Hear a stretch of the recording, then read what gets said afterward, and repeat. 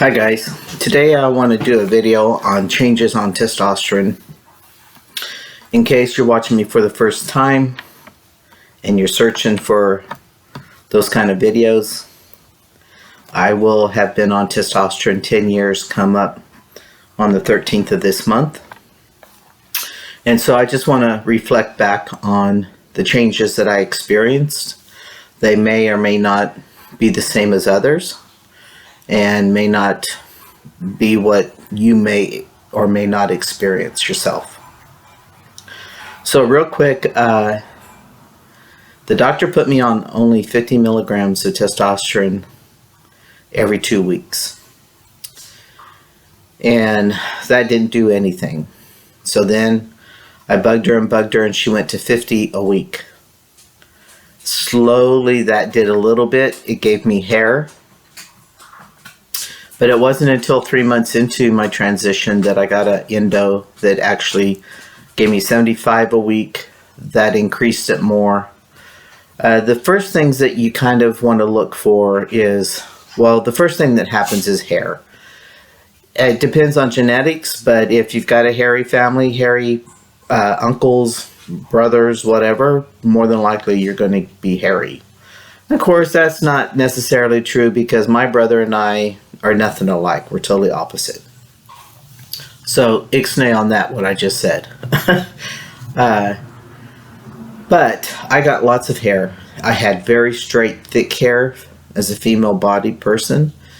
And I had a lot of hair on my body. I wasn't overly hairy, but I had hair. And I got lots of more hair. I have three different textures of hair. I've got a very fine hair that grows very long on below my knee, on my legs, and then I have almost no hair towards my ankles. And then I have that same hair is on underneath my armpits. And then I have a little bit more coarse hair, thicker on my shoulders, my chest, my back. I have back hair, my upper thighs, and my belly. I have hair all over, and I get thick in patches. So my hair on my shoulders right here is really thick, and then they kind of don't see a whole lot on my arm. You can't really tell. For some reason, this is my 5th video, and the camera keeps getting worse on me. I apologize if the picture is not clear. So, another thing that changed with the hair is that I went from very straight hair to getting curl. So my chin hair all wants to wave this way. This hair in here will do a wave, and it's wiry. And then my hair, if I let it grow out on the sides, gets wavy, and I start curling up here. And actually, when my wife cuts my hair, it will cling to her finger, and she has to fight it to cut it. On top, before I really started thinning, it would get wavy when it got longer. So yeah, it's really weird going from really straight hair to getting curl. Also, my fat redistributed. I went from having a big butt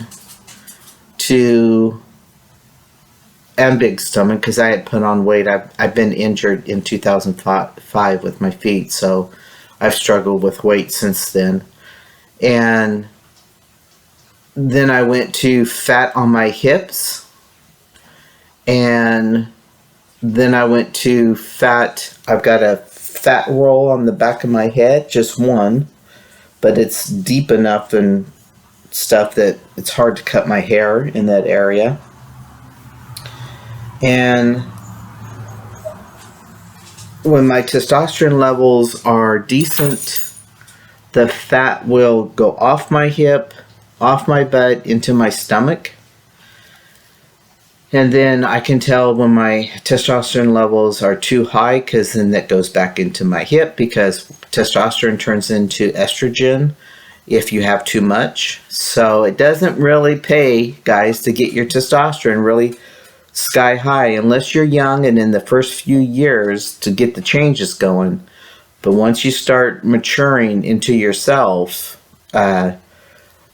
you'll notice your body. You see how it affects your body. But anyway, so that's the way the fat goes on my body. So when my testosterone's really high, my estrogen's high, I can tell the fat redistributes on my body.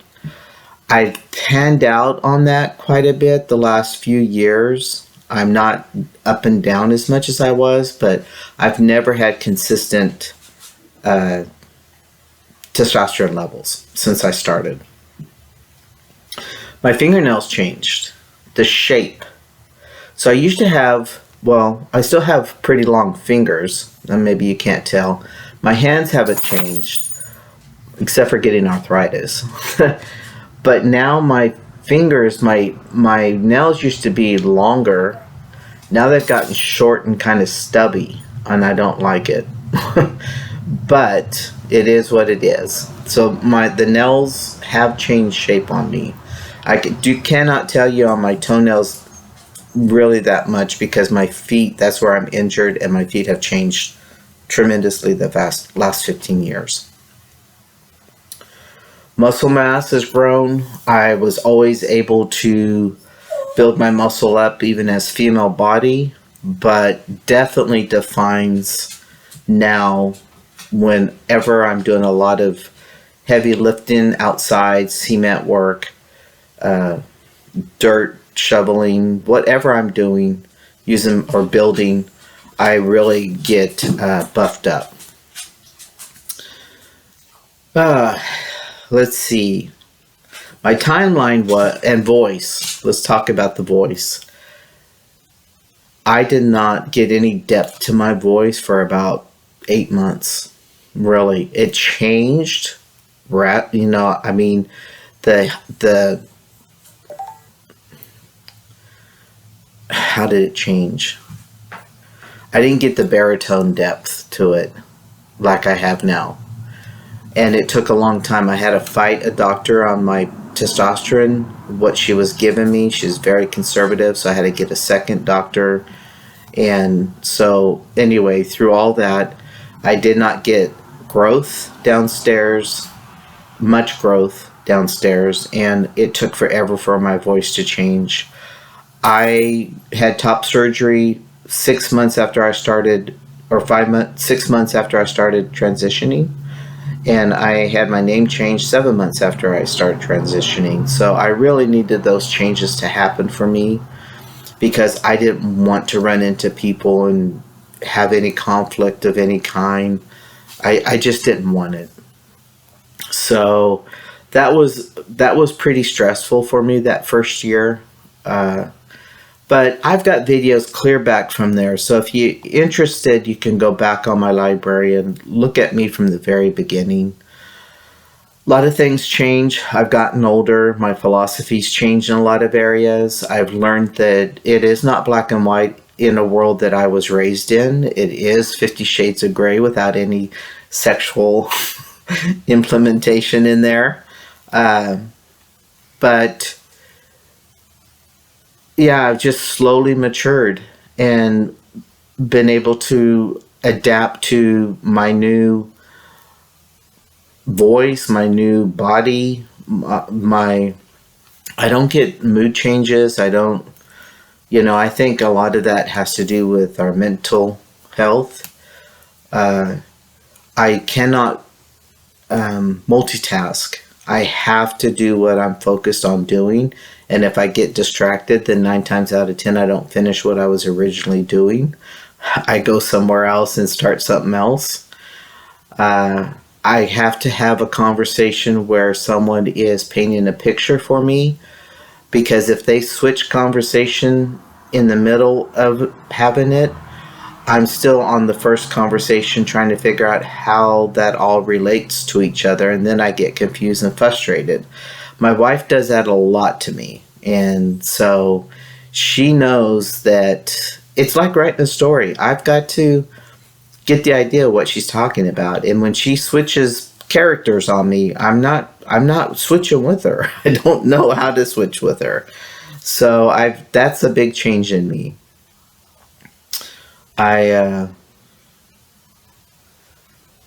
Let's see. You know, I'm basically just here to let you know the physical changes because it takes talking to while it's happening to know the emotional changes too. The only thing I can say is that when I look in the mirror, I love who I see. I finally get to see the person that was always inside of me. One of my main things I've told my family and friends that I'm not going to change. My sister thought testosterone was going to make me a jerk and an asshole, and I haven't changed. And so you can't blame the testosterone for the jerk and asshole. You have selfish people and you have giving people. It doesn't matter the gender. So anyway, I thought I would do a quick video on physical changes on testosterone, letting you see me who I am today, 10 years later. And the emotional stuff, I think, changes too, along with maturity and experience. Uh, you know, I talk about things like that all through my library, spirituality, all that stuff. Dealing with people, as it happens. But I just want you to know, if you're considering transitioning, but you're confused, just look in the mirror and ask yourself, who do you want to see in the mirror? What's really important for you, not for anybody else. It has to be for you. And I will admit, in the very beginning, because I married a lesbian, the question was, what about her? She was fine with it. She loved me for who I am regardless. And I thought in the beginning that I would not transition if she didn't want me to. But I'll tell you what would have happened had that happened. I would have been miserable, depressed, because I was already going that way. She wouldn't have wanted that to happen for me. And who's to say if we would have come to a point where maybe we decided we needed to go different routes? I don't know. But I do know that I do have a very supporting spouse and someone who loves me unconditionally, and I'm very thankful. And I'm very thankful that I can look in the mirror and love who I am. Truly love who I am. And I think that's the most important thing. If you're watching this video because you're trying to understand someone in your life, trying to support them, trying to get information, curious, continue just to support them. The understanding may not always, you may not get it because you don't walk in their shoes. But it's just like they may not get you because they don't walk in your shoes. The only thing that we can do as human beings, and I think is what our purpose is to love each other, be kind to each other, respect each other, and to support each other. And to understand that things are not black and white, that there are things that happen that causes change. And change is not always bad. A lot of times change is good, and things need to change in order to have a better, happy, working world. And so anyway, I wanted to do this quick video. I'll be talking to you on my 60th birthday, December 13th, about my life and how it's been the last 10 years. Take it one day at a time. Always make your journey as simple as possible. We'll talk to you later.